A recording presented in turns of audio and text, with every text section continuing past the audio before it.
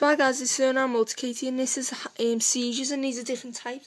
And in the first demonstration he's having grand mal, or as some people call it, tonic-clonics.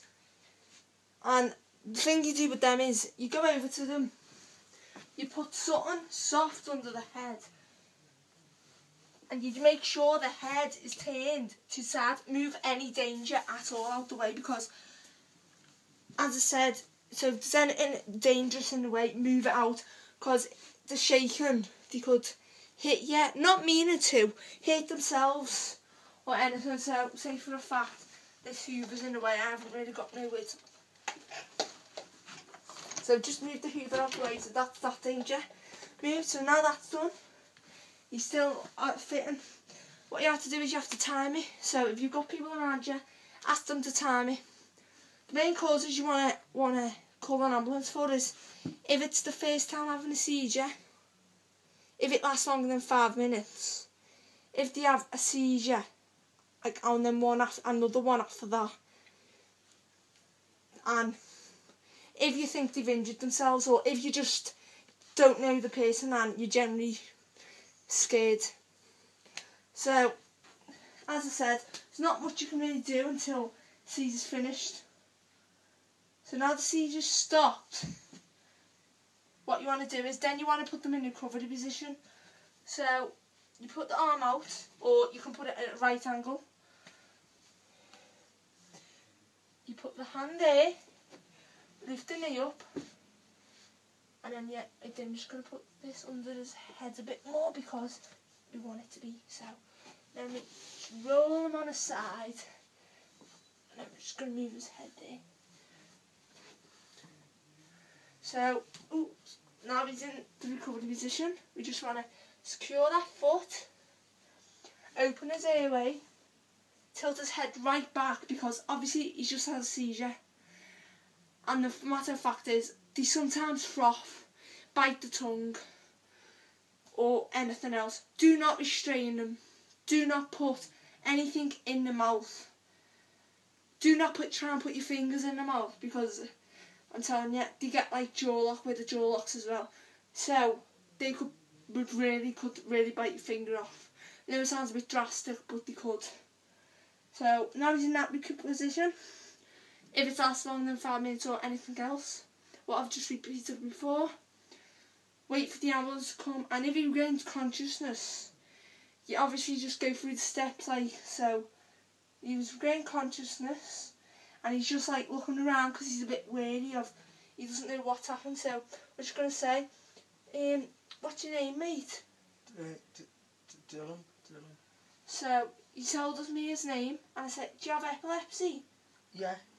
Oh, so that's another thing you have to look for. They might have a card or necklace, ID band or anything.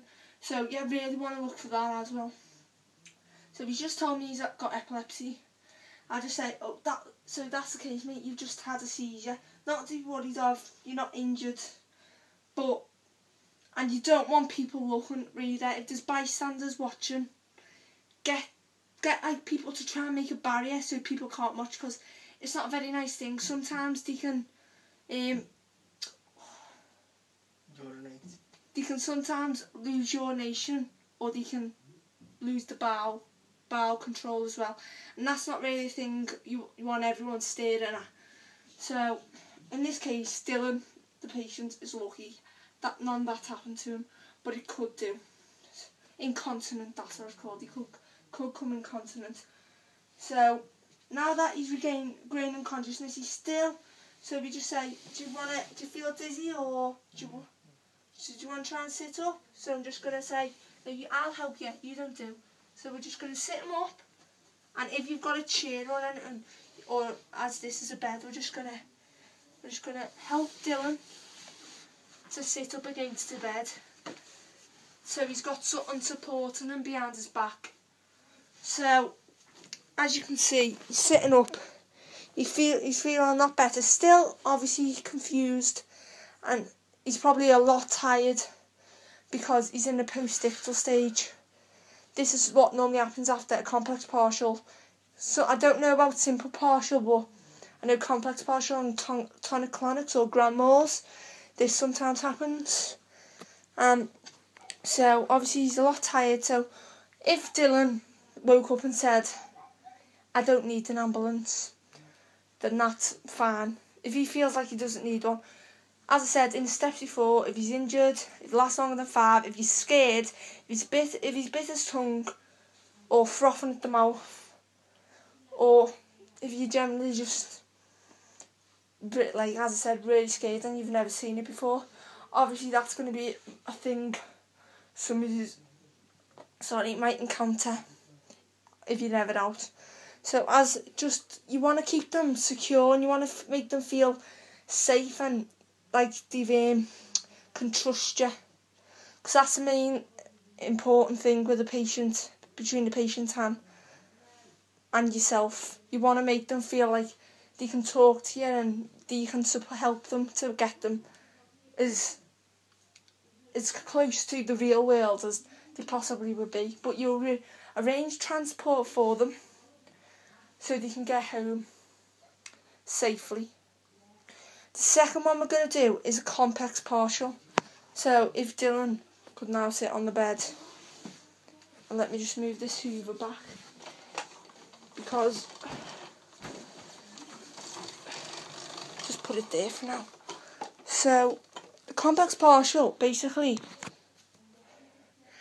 in a complex partial, the main problems are they look around and they pick clothes and they chew. They're common signs of complex partials, and they can sometimes hear you, but they don't know who you are, don't know what you're doing or nothing. So they can only do as much as they can really do. Is like, sometimes in complex partials they stand up and walk around.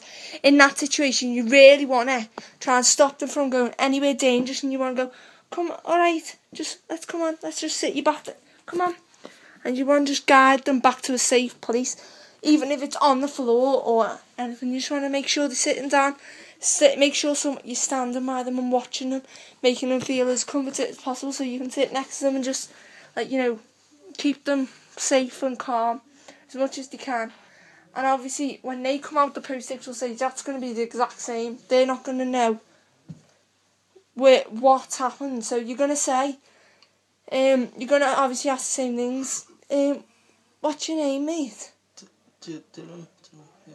As you can see, he's a bit nervous because he obviously doesn't know what's happened. And you're going to say, have you got epilepsy or anything that causes seizures? Yeah, I suffer from epilepsy. So he said he suffers from it. What type?